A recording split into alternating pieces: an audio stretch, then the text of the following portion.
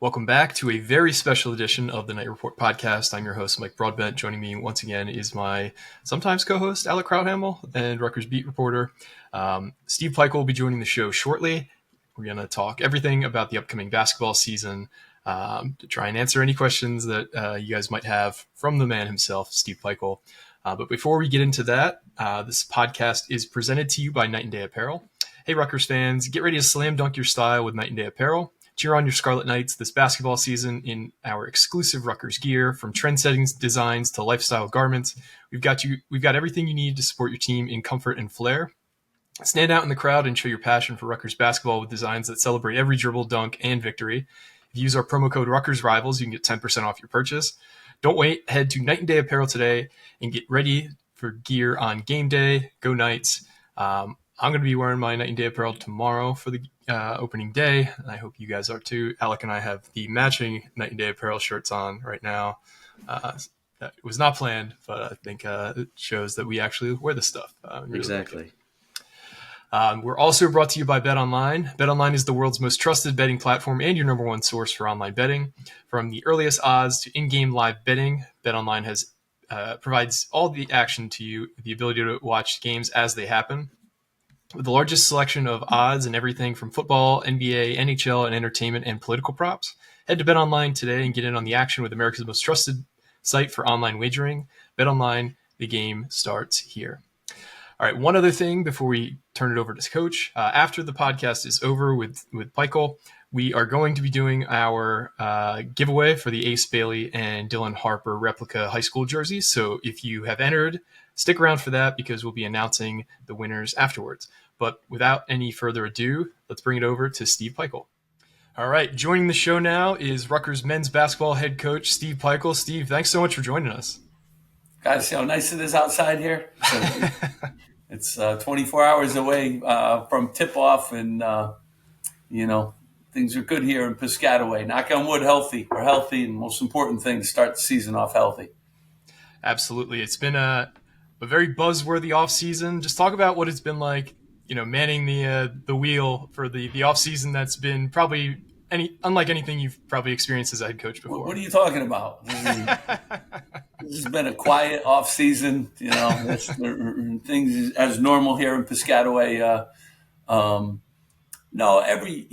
Every preseason is exciting, and this one no different. I mean, we do have some high profile players, but excited about the whole roster. Everyone wants to. I really am. They're great kids.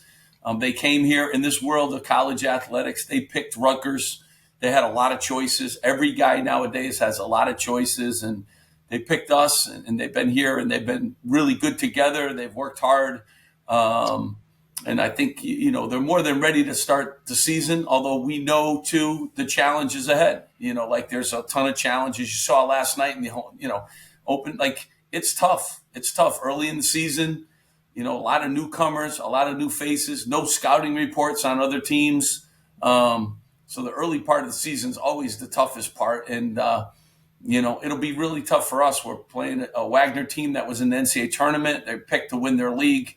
St. Pete's obviously saw them play last night, Seton Hall. They're tough. They went to the NCAA tournament last year. So we've challenged ourselves outside the league with really good teams that think they're really good too right now, and they should because they had great years last year. Yeah, let's talk about that. The Big Ten schedule is not any easier than it was in the past. You guys have 4 new teams in the conference this year. Talk about the new challenges those new teams kind of bring to the schedule. It's funny. We went out to media day. You got 18 teams now in the league.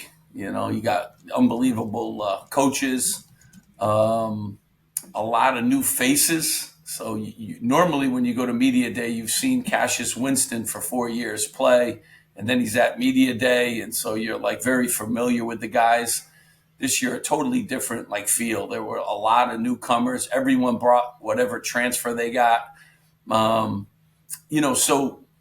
the funny part is I said it was hard to predict before the season started for all the media and for everybody else. And I don't know how you predict now at all. I mean, I don't even know some of the faces on the other teams. So. Very different world of college athletics, but it's an exciting world too. It's a fun world. If you weren't great last year, which we weren't, you can be great this year. get the right pieces and do that. So there's a real good part to it too. And looking at that non-conference schedule as well, I mean, you guys have that tournament out in Las Vegas. I mean, what kind of buzz is there around that tournament, and how excited are you to play against some of these really strong teams nationwide?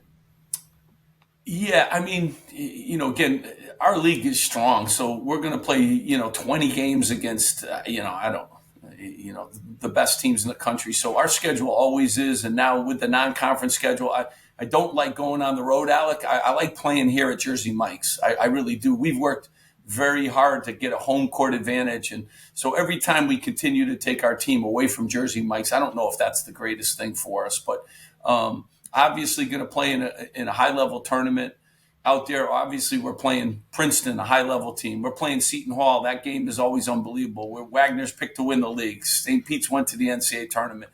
Monmouth, won almost all their home games last year, and King Rice does a fantastic job. So we're going to be challenged. We're going to be challenged throughout the non-conference. We'll certainly be challenged in conference, and the Las Vegas tournament is – that's a bunch of games in a short period of time with no rest and no real ability to scout and do things for the games 2 and 3. So real difficult, but fun. Yeah, and you mentioned some of the New Jersey teams on the schedule. That's been an emphasis for you guys to get a lot of New Jersey teams to play either, in the on the road or at home or neutral sites. How important was it for you to get a lot of New Jersey schools on the schedule? I mean, I think we've done a good job since I've been here to try to play, as many teams as we can. I mean, we've played FDU in the past, and we played Rider, and we played, a lot of the teams, from this area. And I think Monmouth, they were the last ones that we hadn't played. So we got Monmouth on, and King does an awesome job, and he just got a contract extension, which he really deserves too. So, Monmouth being another, and those are teams that are going to come in here and be very, very hungry, to play Rutgers. So I told our guys we're going to be challenged, every single day and every single game that's on this schedule, and we got to come ready to play. We really do. And again, like you talked about the transfer portal, the new age college basketball, it's always something interesting to look at. I mean, a couple of games on the schedule, you're playing some of your former players that used to play at Rutgers. I mean, what's that going to be like, do you think? I mean, I think that's going to be the norm in college athletics. So, I love all our former players, and I'm thankful too, for their time here. I mean, they were all great. They helped us, whether they're here 1 year or 2 years or 4 years. So I'm very thankful. I got good relationships with those guys, and, I hope everything, comes out exactly how they want it to come out, even though life usually doesn't work that way. But, so I'm excited for those guys. I mean, we're going to play more and more former players. I mean, there's one kid this year that's played at 6 schools. So, holy crap. Your chances are, if he went to your school, prior 5, then you're probably going to play him at some point in time, So it's just the way it is. And, it'll be fun. It'll be fun. And we certainly will have a good scouting report on the guys that we've played against and that have been in our program. Speaking further on the transfer portal, you guys have added some really high-level shooters in the portal this offseason. What's the plan to get those guys open looks from beyond the arc? The plan is like anything. I'm thankful that we got, really good players that wanted to be here. It's like anything. You got to defend and rebound to get the ball offensively. You got to have really good passers. You got to have some guys willing to screen and set screens. I think Zach Martini's as good as we've ever gotten in that area, so he's going to help people, get open. But I also think, you got to get downhill. You got to get some guys that can get in the paint, because that's how you create open threes. Is, they converge on the ball, and then you have kickouts. We also got to run in transition and be a better transition team. You get open threes in transition. So it's a combination of a lot of things.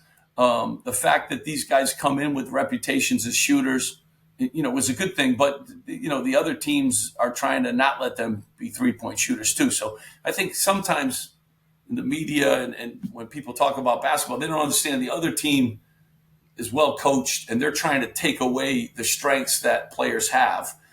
So it's not just always a 3-point shooter and you're going to come down the court and he's going to be open. It's a lot of things that go into it. It's timing.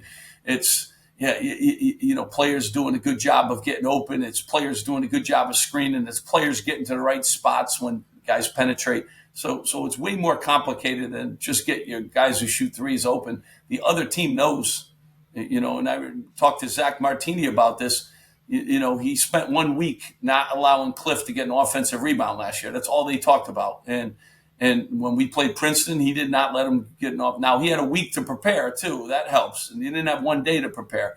But I think the other teams are really good at taking away your strengths. And we try to do the same thing. That's why we've been a top 10 defensive team for 8 straight, not 8 straight years, but pretty close for a long time. And we do a good job of taking away team strengths. But hopefully those guys will be making threes. That's a good thing. We need to make free throws. That was a big emphasis, and we've done a good job at that. That's going to help our offense a great deal. But the thing that'll help our offense a great deal is to get the other team to miss. Absolutely. And I mean, when you talk about how, obviously, when it comes to three-point shooting in particular, obviously the other teams are game planning against your top three-point shooters. When you look at guys like Martini and PJ Hayes that are moving up a level in competition, how much do you think that pure shooting skill can kind of translate between levels? Yeah, I mean, an open shot is an open shot, but, Zach Martini played a high-level schedule every year at Princeton. They played against Arizona. They played against all the elite teams. So he's played in those kind of games, and so has PJ. At every level, PJ's been able to continue his shooting ability. And it does translate. It's the same three-point shot that you take at this level, and hopefully we'll have more guys around him that can help him get more shots. So it does translate. Toughness translates. Great character always translates. And I think that's the most important thing we did with this freshman recruiting class and with these kids coming in. They're great character kids. And that means they're going to have to sacrifice.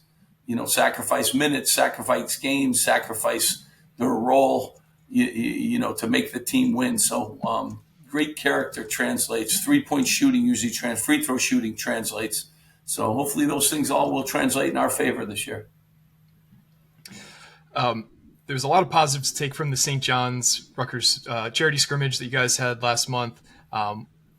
Rutgers got out-rebounded pretty substantially by St. John's. How do you guys turn the defensive rebounding around in a short time? Because that was only 3 weeks ago, roughly.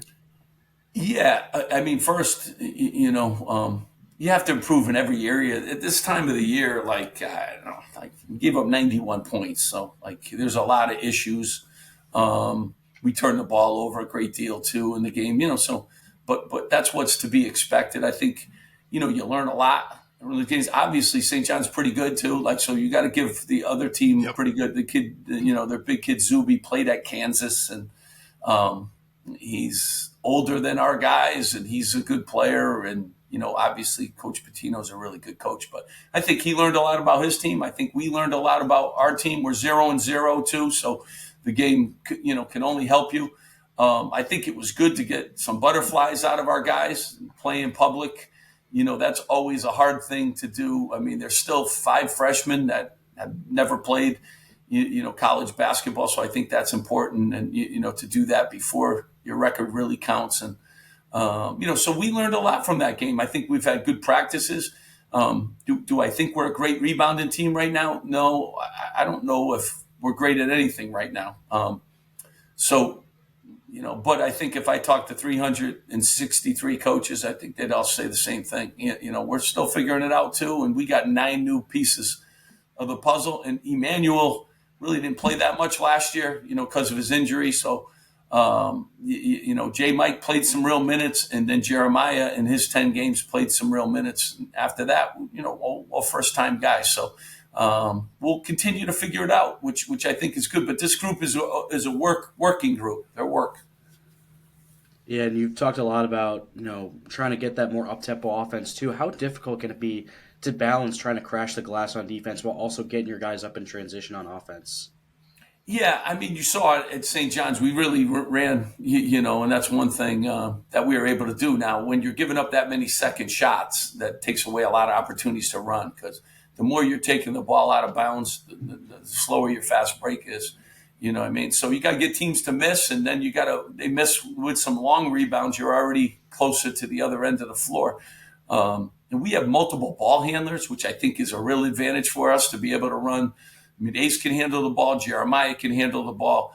Dylan Harper, obviously, is going to have the ball in his hands. Jay Mike can handle the ball. Tyson Acuff is real. Jordan can handle the ball. So the better we rebound, I think, the more we'll be able to get up and down the floor. But you got to be smart there, too. You don't want to just get up and down the floor and take tough shots. And then now you're playing defense for a lot longer. So, you got to be smart. You got to run. And then when you don't have anything good running-wise, you got to now make them play defense.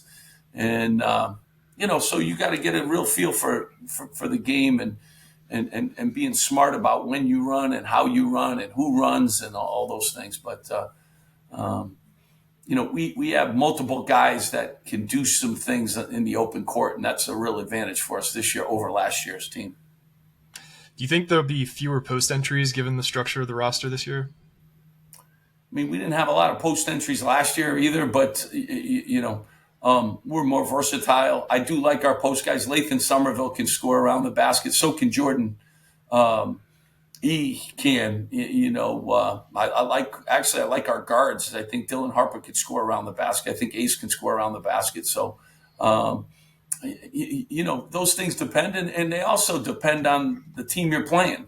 So, don't ever forget, people watch one game. Oh, why don't we just post? Well, the game before they had small guards, and now they got Terrence Shannon. You're not posting up Terrence Shannon, but people won't ever take that. No, why don't they post the same guy? Well, it's a different game.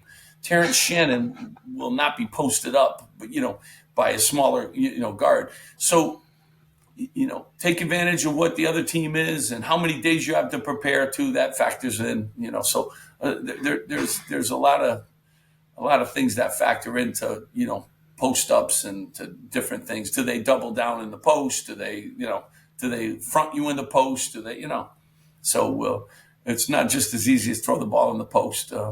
Sometimes I hear comments and I just start going, wow. That's not what you want to do against those teams. You know what I mean? But, every team's different and every team has a different approach to post-ups. And then hopefully our guys continue to get better too. Some of the young guys I think could be really good post-up guys, but maybe they're not quite ready today, but maybe in 10, 15 games they can be. And especially this year, you talk about, obviously, Ace and Dylan are the main two guys that are, the great shot makers that they are. Also have Tyson Acuff and guys like that. How do you kind of balance getting them the looks that they need in order to hit those shots, being the talented shot makers they are, while also running the typical structure of the offense?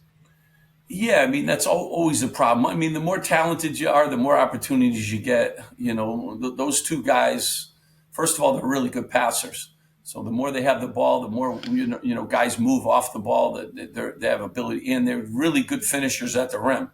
We didn't finish at the rim at all last year. We had small guards going in, and these guys can finish. They can play through contact, which I think is important. So can Jeremiah. So can Jordan.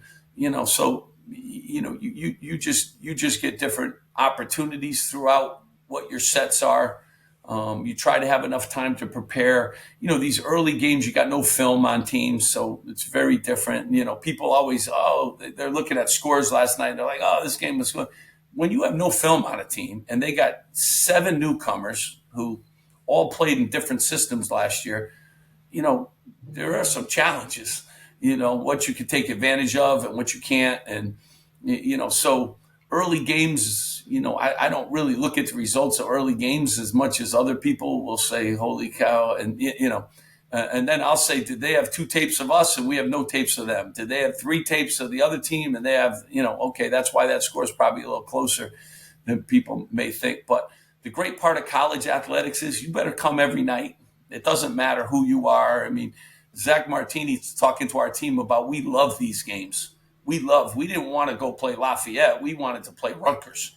And if we were going to play great that week, we were playing great against Rutgers. You know what I mean? So, and the great part is Tyson Acuff said the same thing. We love playing Michigan and Michigan State. We didn't want to play, teams in our league.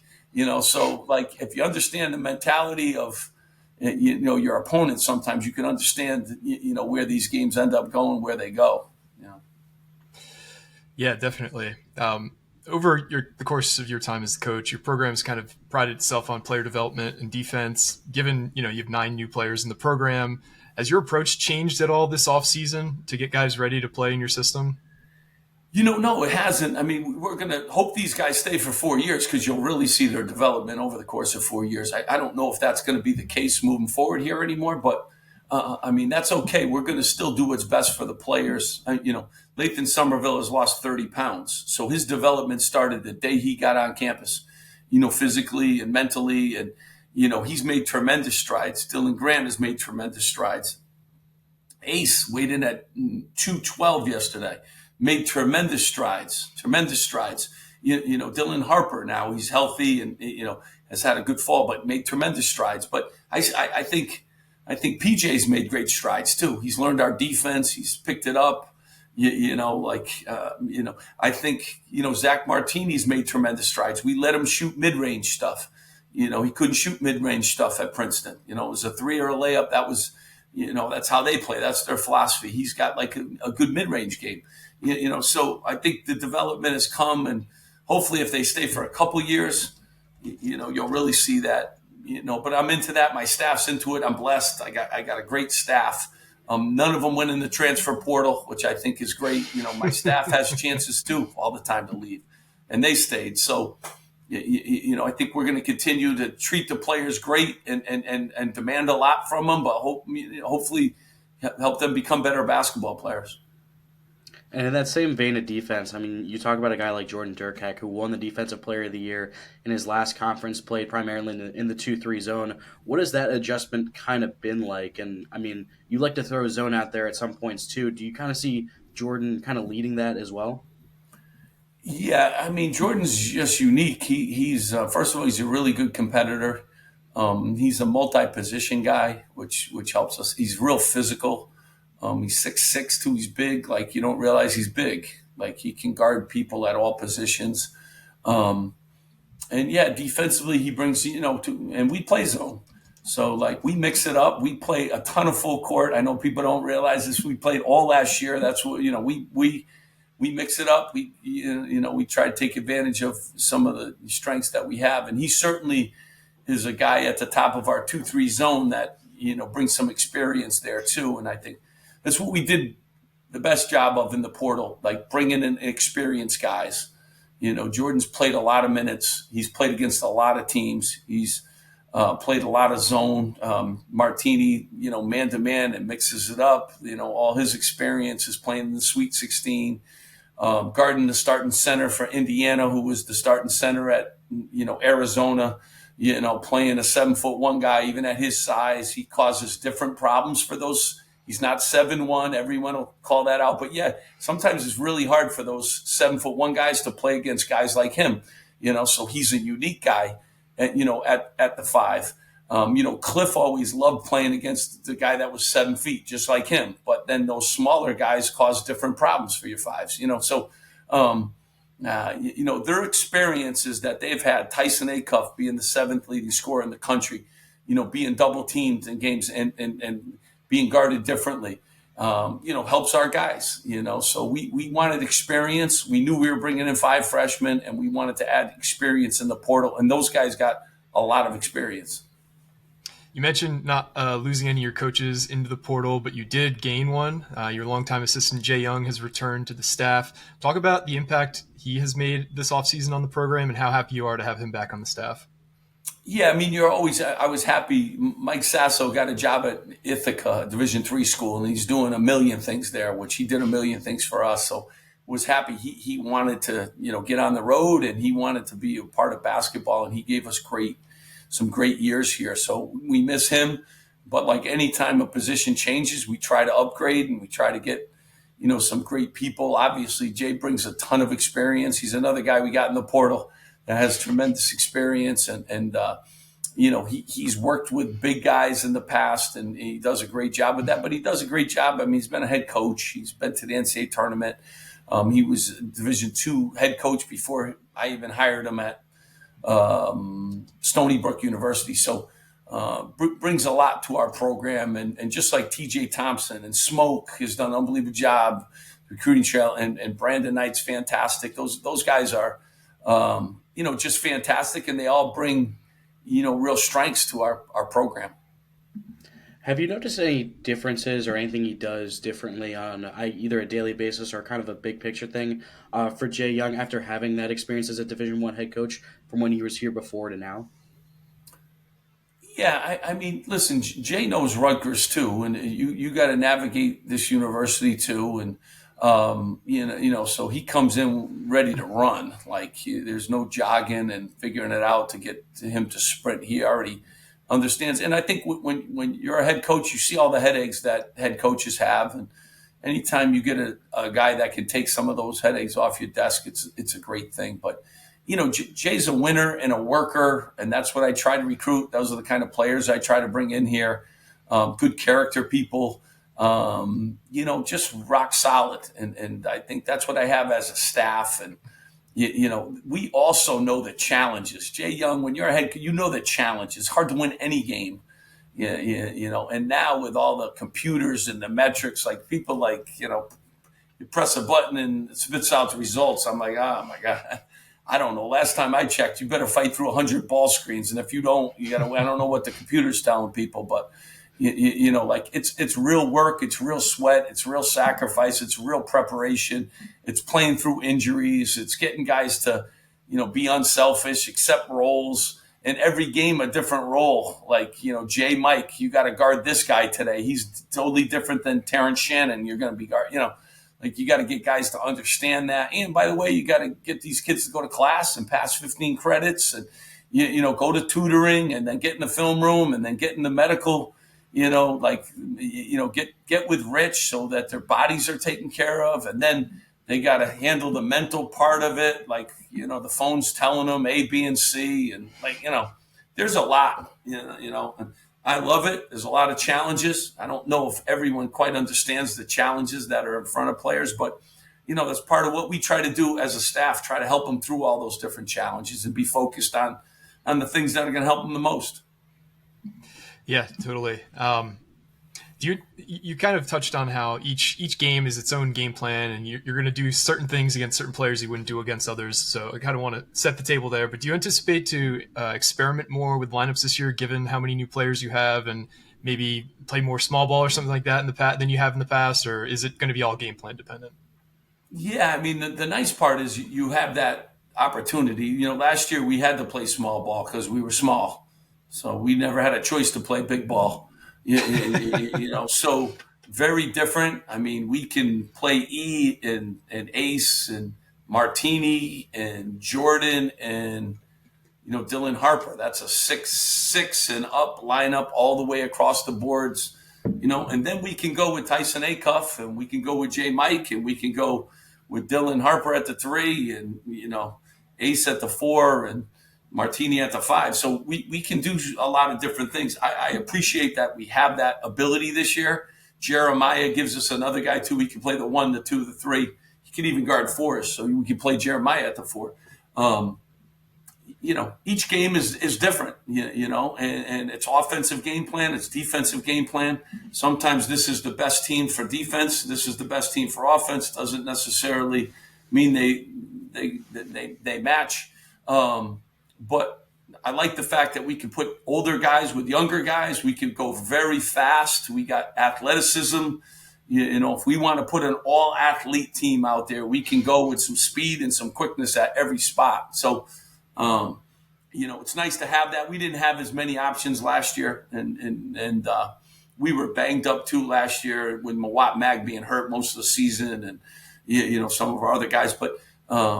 He gave us a tremendous amount of versatility last year that we didn't have when he didn't play most of the season. So, you got to be lucky too, guys, and you got to stay healthy. That's a big part. It's 30 games. It's a long grind. Once you start going to the backup and the backup to the backup, it's not a good thing. So staying healthy become a huge part of this. But we have versatility, and we can put a big lineup out. We can put a small lineup up. Whoever's playing well together too, and some guys, whoever's playing well that night, that's going to be some of the lineup. Yeah, and then touched on Jeremiah Williams again. I mean, he only played, I think it was 10 games last season. but he's named a captain, a veteran in college basketball. What can you say about how he's kind of grown into a leader on this team, even if he hasn't been, on the court for too long? Well, I mean, he did that. He's got a, really good personality. That's the first thing. And even from last year, he's kind of a gatherer of people. People like him. And, this summer he stayed here. He didn't go home. He worked out here. When all the 5 freshmen came in, he, told them what time we were going to be in the gym. He told them what time they were playing pickup. He had them over his house for, boxing matches and some different things, so he took on that leadership role last year. And it really led into the springtime. And it's nice. We had 3 returning players. And I do believe we the 3 toughest guys, like toughness was an issue for us last year at times.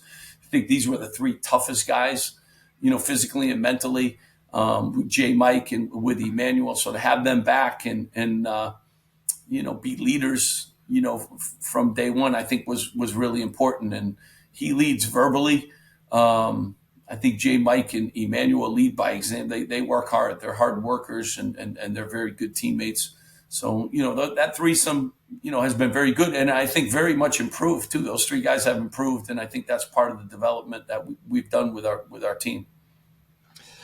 I know it's not in your style to kind of single out guys, and I'm sure you've been asked questions about Ace and Dylan, 1,000 times this offseason. But what is it like? I haven't, so you could go ahead. Feel free. I haven't heard the names, so just go. Feel free. Whatever you want to know about Ace and Dylan.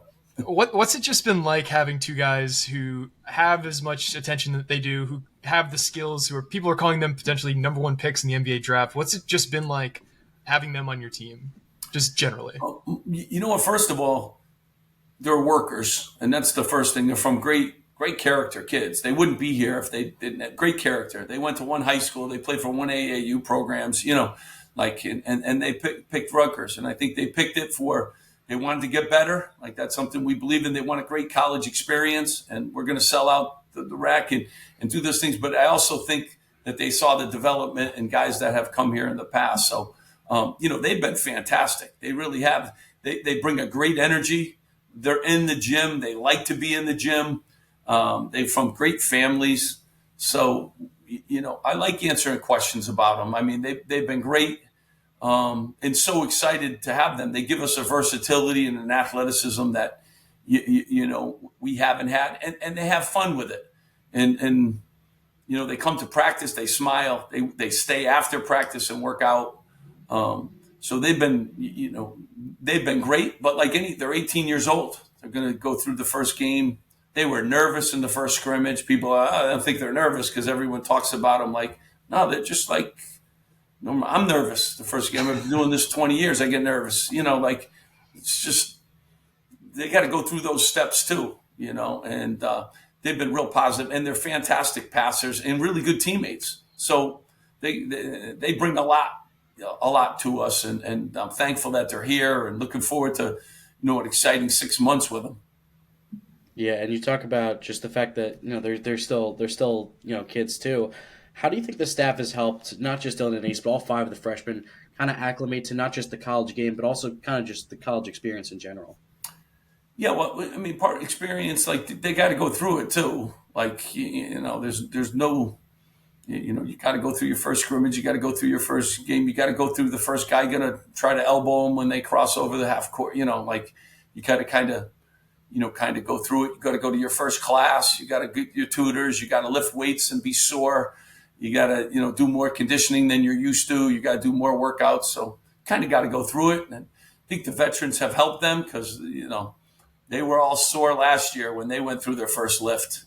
J. Mike said the first time he lifted here, he couldn't feel his arms for a week, and so when Ace was going through it this year, he was like, you'll be fine in a week, So you got to go through it, but experience is the best teacher always. And so I think our veterans, have helped them and also know what it's like. I had our 2 veterans up yesterday saying, we're going to play our first game here, and you remember your first game in college, and some of them was 5 years ago. So, do you remember back 5 years when you first started your career?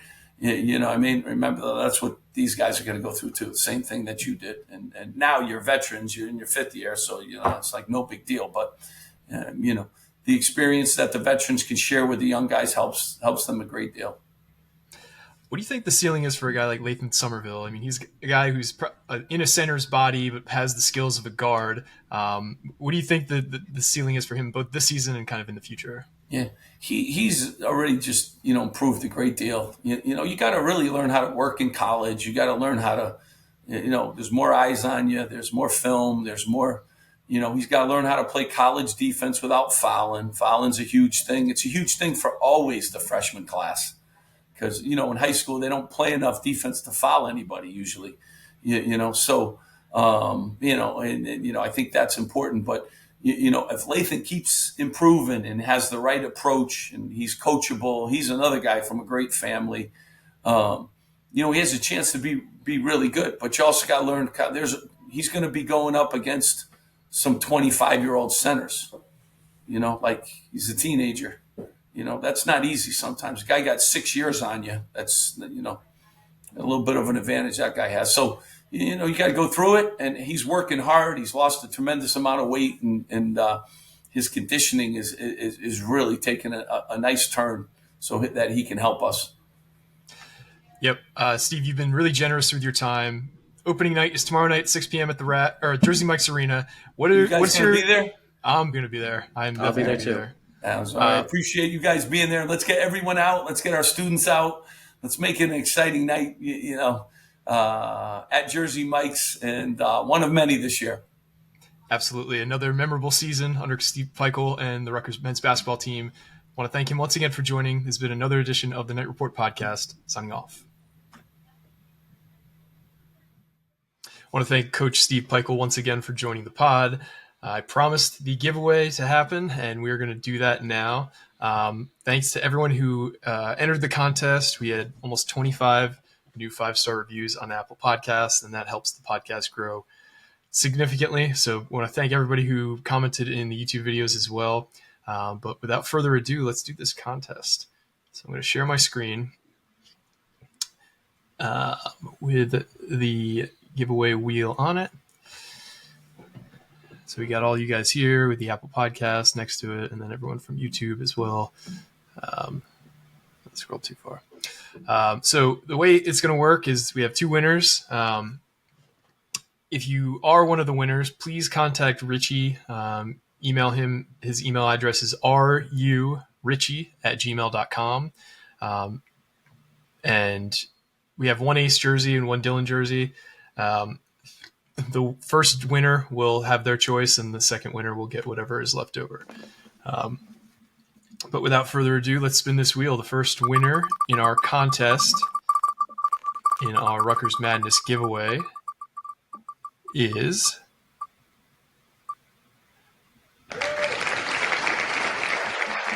Sensitive Scott from YouTube. The YouTube user Sensitive Scott.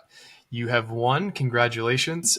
Contact Richie at ruritchie@gmail.com to claim your prize. I'm going to remove you from the list, and we're going to run for our second winner. Our second winner coming up here in the Rutgers Madness giveaway for an Ace Bailey replica jersey or Dylan Harper replica jersey is... We were just talking about this. Chris Waskey, who is Chris Nowlaski, the former Rutgers Rivals writer. Sorry, Chris, we're going to remove you on this, and we're going to run this one again for our second winner. Our second winner in the contest is YC by the Sea, the YouTube commenter YC by the Sea. Congratulations, you are our second winner in the Rutgers Madness giveaway. We want to thank everybody for once again for entering. I'm sure we'll have another contest here in the near future for basketball season, but we like to do these maybe like quarterly, just to kind of give something back to you guys. So I hope that you guys claim your prizes for the Rutgers Madness giveaway. But that will do it for us today. We'll have a Minnesota preview coming out Thursday. I don't know if we'll have a podcast recapping the Wagner game tomorrow night, but maybe we'll. Got to figure that out. But for me and Alec, this has been another edition of the Knight Report podcast, signing off.